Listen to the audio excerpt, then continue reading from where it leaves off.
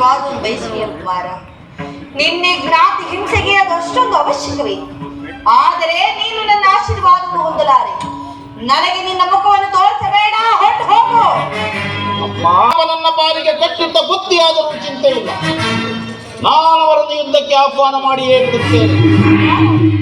ನೀನು ಆಹ್ವಾನಿಸುತ್ತಿರುವುದು ನಿನ್ನ ಶತ್ರುವನ್ನೆಲ್ಲ ಮಗನೇ.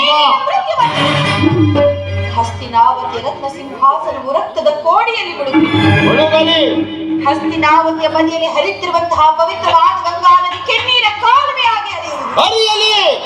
ಭಾರತದ ಮಂಗಳೀರು ತಮ್ಮ ಮಂಗಳ ಸೂತ್ರವನ್ನು ಕೈಯಲ್ಲಿ ಹಿಡಿದು ನೀನೇನು ಮಾನವನೋ ಅಥವಾ ದಾನವನೋ? ಅಮ್ಮ, ಈ ಕ್ಷಣದಿಂದ ನಾನು ಮಾನವನಲ್ಲ ತಾಯಿ, ಮಾನವ ರೂಪದ ಮಹಾದುರ್ಧಾನವ.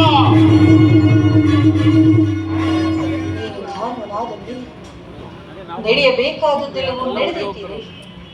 ಬಾ ಕಂದ, ನನ್ನೆದುರಿನಲ್ಲಿ ಮೊಣಕಾಲೂರಿ ಕುಳಿತು. ಹೇ ದಯಾಮಯಿ, ಈ ಗಾಂಧಾರಿ ಅಗ್ನಿಯ ಸ್ಪರ್ಶದಿಂದ ಹುಲ್ಲು ಕಡ್ಡಿಯು ಕೂಡ ವಜ್ರಾಯುಧಕ್ಕಿಂತ ಕಠಿಣವಾದ. ಹೋಗು ಕುಮಾರ, ಅಪ್ರತಿಮ ವೀರನೆನಿಸಿ ಶೌರ್ಯ ಸಾಹಸಗಳಿಂದ ಭೂಮಿಯಲ್ಲಿ ಮೆರೆದ ಜಯಶಾಲಿಯಾಗಿ ಇದ್ದರು.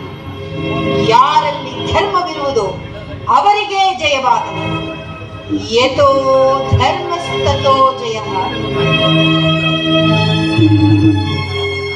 ಯತೋ ಧರ್ಮಸ್ತತೋ ಜಯಃ. ಯತೋ ಧರ್ಮಸ್ತತೋ ಜಯಃ. ಯತೋ ಧರ್ಮಸ್ತತೋ ಜಯಃ. ಹೌದು, ಧರ್ಮಕ್ಕೆ ಜಯವಾಗಲೇಬೇಕು. ಕಾಲೋಚಿತವಾದ ಕ್ಷತ್ರಿಯ ಧರ್ಮಕ್ಕನುಗುಣವಾಗಿ ಪಣಬಂಧವನ್ನು ನಿರಾಕರಿಸಿ ರಣಕಂಕಣವನ್ನು ತೊಟ್ಟಿರುವ ಈ ಚಲದಂಕಮಲ್ಲ ಕೌರವೇಶ್ವರನಿಗೆ ಜಯವಾಗಲೇಬೇಕು ಎಂದು ಸಾವಕಾಶವೇಗೆ ಮೊಳಗಲಿ ಜಯಭೇರಿಗಳು. ದಶ ದಿಕ್ಕುಗಳು ಕೂಡಾಗುವಂತೆ ಭೋರ್ಗರೆಯಲಿ ರಣಕಹಳಗಳು. ಹಾರಾಡಲಿ ನಮ್ಮ ಸತ್ವ ಲಾಂಛನ. ಇಂದಿನ ಮಂಗಳದ ಮುಂಬೆಳಕೆ ಆ ಪಾಂಡವರ ಮಂಗಳಕ್ಕೆ ನಾಂದಿ.